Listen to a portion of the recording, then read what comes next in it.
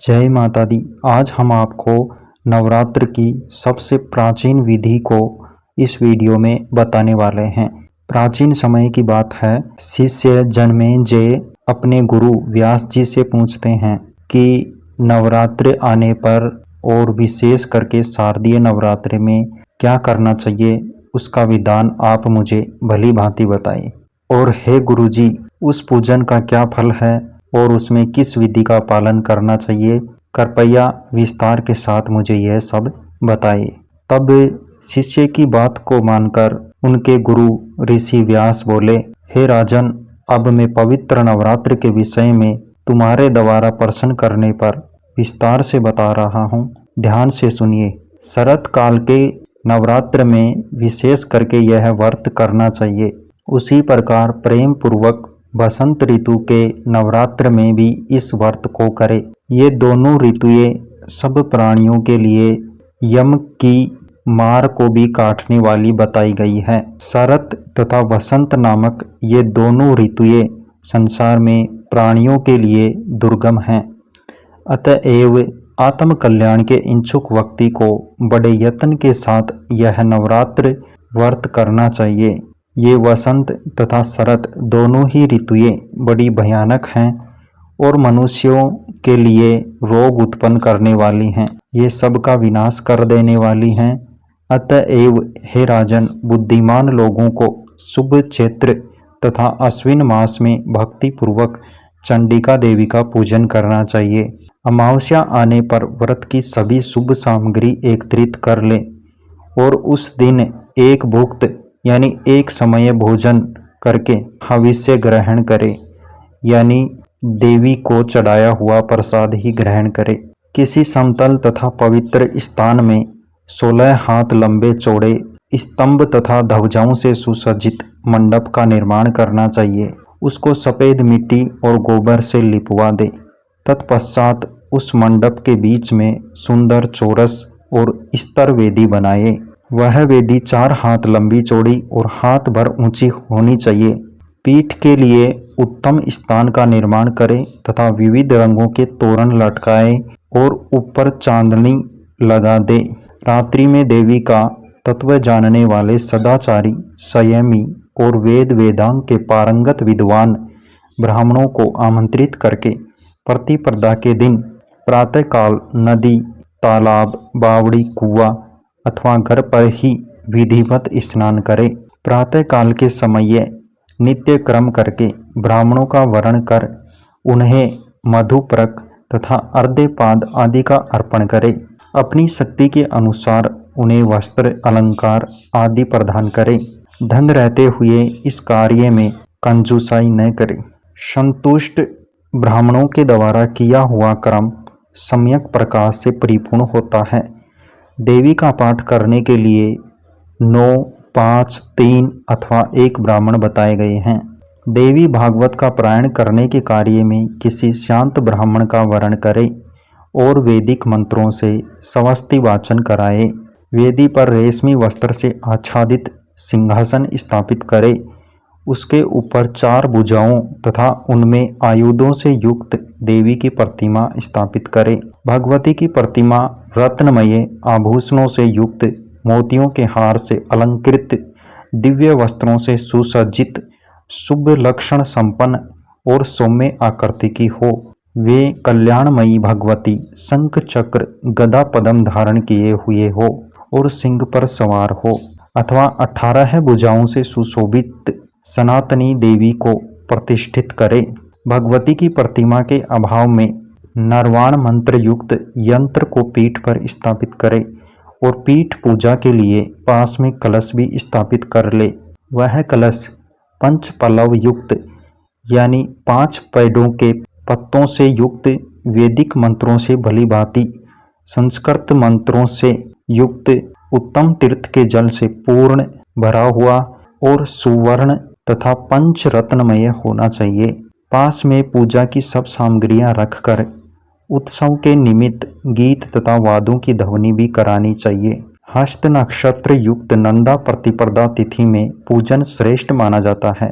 हे राजन, पहले दिन विधिवत किया हुआ पूजन मनुष्यों का मनोरथ पूर्ण करने वाला होता है। सबसे पहले उपवास व्रत, एक भुक्त व्रत अथवा नक्त व्रत, इसमें से किसी एक व्रत के द्वारा नियम करने के पश्चात ही पूजा करनी चाहिए। पूजन के पहले प्रार्थना करते हुए कहे, हे माता, मैं सर्वश्रेष्ठ नवरात्र करूँगा। हे देवी, हे जगदम्बिये, इस पवित्र कार्य में आप मेरी संपूर्ण सहायता करें। इस व्रत के लिए यथाशक्ति नियम रखें। उसके बाद मंत्रोच्चार पूर्वक विधिवत भगवती का पूजन करें। चंदन, अगरू, कपूर तथा मदार, करंज, अशोक, चंपा, कनेल, मालती, ब्राह्मी आदि सुगंधित पुष्पों, सुंदर पिल्लव पत्रों और धूप दीप से विधिवत भगवती जगदम्बा का पूजन करना चाहिए। उस अवसर पर अर्घ्य भी प्रदान करें। हे राजन, नारियल, बिजोरा, नींबू, दाड़िम, केला, नारंगी, कटहल तथा बिल्व फल आदि अनेक प्रकार के सुंदर फलों के साथ भक्ति पूर्वक अन्न का नैवेद्य एवं पवित्र बलि अर्पित करें। होम के लिए त्रिकोण कुंड बनाना चाहिए अथवा त्रिकोण के मान के अनुरूप उत्तम वेदी बनानी चाहिए। विविध प्रकार के सुंदर द्रव्यों से युक्त प्रतिदिन भगवती का त्रिकाल सुबह, दोपहर और शाम को पूजन करना चाहिए और गायन, वादन तथा नृत्य के साथ महान उत्सव मनाना चाहिए।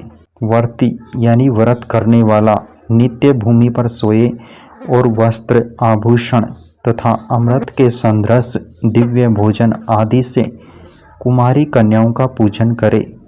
नित्य एक ही कन्या का पूजन करे अथवा प्रतिदिन एक एक कुमारी की संख्या के वर्दी क्रम से पूजन करे अथवा प्रतिदिन दुगने तिगुने के वर्दी क्रम से, और या तो प्रत्येक दिन 9 कुमारी कन्याओं का पूजन करे। अपने धन सामर्थ्य के अनुसार भगवती की पूजा करे, किंतु हे राजन, देवी के यज्ञ में धन की कंजूसता न करे। हे राजन, पूजा विधि में 1 वर्ष की अवस्था वाली कन्या नहीं लेनी चाहिए, क्योंकि वह कन्या गंध और भोग आदि पदार्थों के स्वाद से बिल्कुल अनभिज्ञ रहती है। कुमारी कन्या वह कही गई है जो 2 वर्ष की हो चुकी हो, 3 वर्ष की कन्या त्रिमूर्ति, 4 वर्ष की कन्या कल्याणी, 5 वर्ष की रोहिणी, 6 वर्ष की कालिका, 7 वर्ष की चंडिका, 8 वर्ष की सांबवी और 9 वर्ष की दुर्गा और 10 वर्ष की कन्या सुभद्रा कहलाती है। इससे ऊपर की अवस्था वाली कन्या का पूजन नहीं करना चाहिए, क्योंकि वह सभी कार्यों में निंद मानी जाती है। इन नामों से कुमारी का विधिवत पूजन सदा करना चाहिए। अब मैं इन 9 कन्याओं के पूजन से प्राप्त होने वाले फलों को आपसे कहता हूँ। कुमारी नाम की कन्या पूजित होकर दुख तथा दरिद्रता का नाश करती है। वह शत्रुओं का क्षय और धन, आयु तथा बल की वृद्धि करती है। त्रिमूर्ति नाम की कन्या का पूजन करने से धर्म, अर्थ, काम की पूर्ति होती है, धन धान्य का आगम होता है और पुत्र पौत्र आदि की वृद्धि होती है। जो राजा विद्या, विजय, राज्य तथा सुख की कामना करता हो, उसे सभी कामनाएं प्रदान करने वाली कल्याणी नामक कन्या का नित्य पूजन करना चाहिए। शत्रुओं का नाश करने के लिए भक्ति पूर्वक कालिका का कन्या पूजन करना चाहिए। धन तथा ऐश्वर्य की अभिलाषा रखने वाले को चंडिका नामक कन्या की सम्यक प्रकार से पूजा अर्चना करनी चाहिए। हे राजन, सम्मोहन, दुख, दारिद्र्य के नाश तथा संग्राम में विजय के लिए सांबवी नामक कन्या की नित्य पूजा करनी चाहिए। क्रूर शत्रु के विनाश एवं उग्र क्रम की साधना के निमित्त और परलोक में सुख पाने के लिए दुर्गा नामक कन्या की भक्तिपूर्वक आराधना करनी चाहिए। मनुष्य अपने मनोरथ की सिद्धि के लिए सुभद्रा नाम की कन्या की सदा पूजा करता रहना चाहिए। रोग नाश के निमित्त रोहिणी नामक कन्या की विधिवत पूजा आराधना करनी चाहिए। श्रीरस्तु इस मंत्र से अथवा किसी भी श्री युक्त देवी मंत्र से अथवा बीज मंत्र से भक्ति पूर्वक भगवती की पूजा करनी चाहिए। जो भगवती कुमार के रहस्यमय तत्वों और ब्रह्मादि देवताओं की भी लीला पूर्वक रचना करती हैं, उन कुमारिका में पूजन करता हूँ। जो सत्व आदि तीनों गुणों से 3 रूप धारण करती है, जिनके अनेक रूप हैं तथा जो तीनों कालों में सर्वत्र व्याप्त रहती है, उन भगवती त्रिमूर्ति की मैं पूजा करता हूँ। निरंतर पूजित होने पर जो भक्तों का नित्य कल्याण करती है, सब प्रकार की कामनाओं को पूर्ण करने वाली उन भगवती कल्याणी का मैं भक्तिपूर्वक पूजन करता हूँ। जो देवी संपूर्ण जीवों के पूर्व जन्म के संचित कर्म रूपी बीजों का रोपण करती है, उन भगवती रोहिणी की मैं उपासना करता हूँ। जो देवी काली कल्पांत में चराचर सहित संपूर्ण ब्रह्मांड को अपने में विलीन कर लेती है, उन भगवती कालिका की मैं पूजा करता हूँ। अत्यंत उग्र स्वभाव वाली, उग्र रूप धारण करने वाली, चंड मुंड का संहार करने वाली तथा घोर पापों का नाश करने वाली उन भगवती चंडिका की मैं पूजा करता हूँ। वेद जिनके स्वरूप हैं, उन्हीं वेदों के द्वारा जिनकी उत्पत्ति अकारण बताई गई है, उन सुखदायिनी भगवती सांभवी का मैं पूजन करता हूँ। जो अपने भक्त को सर्वदा संकट से बचाती है, बड़े बड़े विघ्नों तथा दुखों का नाश करती है और सभी देवताओं के लिए दुर्गेय है, उन भगवती दुर्गा की मैं पूजा करता हूँ। जो पूजित होने पर भक्तों का सदा कल्याण करती है, उन अमंगल नाशिनी भगवती सुभद्रा की मैं पूजा करता हूँ। विद्वानों को चाहिए कि वस्त्र, आभूषण, माला, गंध आदि श्रेष्ठ उपचारों से इन मंत्रों के द्वारा सर्वदा कन्याओं का पूजन करे। आगे व्यास जी बताते हैं, जो कन्या किसी अंग से हीन हो, कोढ़ अथवा घाव युक्त हो, जिनके शरीर से किसी अंग से दुर्गंध आती हो और जो विशाल कुल में उत्पन्न हुई हो, ऐसी कन्या का पूजा में परित्याग कर देना चाहिए। जन्म से अंधी, तिरछी नज़र से देखने वाली, कानी, कुरूप, बहुत रोम वाली, रोगी तथा रजस्वला कन्या का पूजा में परित्याग कर देना चाहिए। अत्यंत दुर्बल, समय से पूर्व ही गर्भ से उत्पन्न, विधवा स्त्री से उत्पन्न अथवा कन्या से उत्पन्न, ये सभी कन्याएं पूजा आदि सभी कार्यों में सर्वथा त्याज्य हैं। रोग से रहित, रूपवान अंगों वाली, सौंदर्यमयी, वर्ण रहित तथा एक वंश में अपने माता पिता से उत्पन्न कन्या की ही विधिवत पूजा करनी चाहिए। समस्त कार्यों की सिद्धि के लिए ब्राह्मण की कन्या, विजय प्राप्ति के लिए राजवंश में उत्पन्न कन्या तथा धन लाभ के लिए वैश्य वंश तथा शूद्र वंश में उत्पन्न कन्या पूजन करने के योग्य मानी गई है।